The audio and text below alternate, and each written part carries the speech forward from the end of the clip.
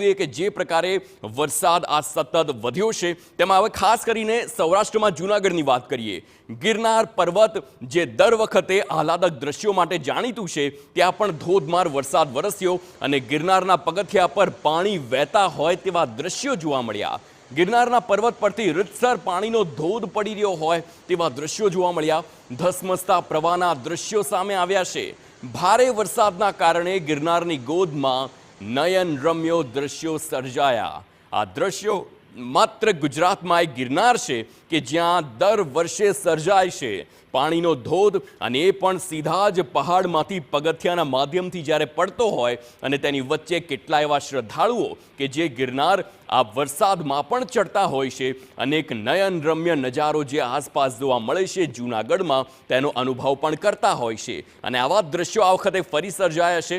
આપ જોઈ શકો છો, હજી તો વરસાદ શરૂ થયો છે અને તેની અસર જૂનાગઢમાં ગિરનાર પર્વત પર એ પ્રકારે જાણે સર્જાઈ છે કે આખા ગુજરાતના એ તમામ પ્રવાસીઓને આકર્ષણનું કેન્દ્ર દર વખતે બને છે. અને આ વખતે પણ એવી જ સ્થિતિ જોવા મળે છે. આ પગથિયાના દ્રશ્યો અને પગથિયા પરથી જ જ્યારે આ પ્રકારે પાણીનો પ્રવાહ વહેતો હોય તો કોઈ પણ વ્યક્તિ માટે તે આકર્ષણનું કેન્દ્ર બની જતા હોય છે.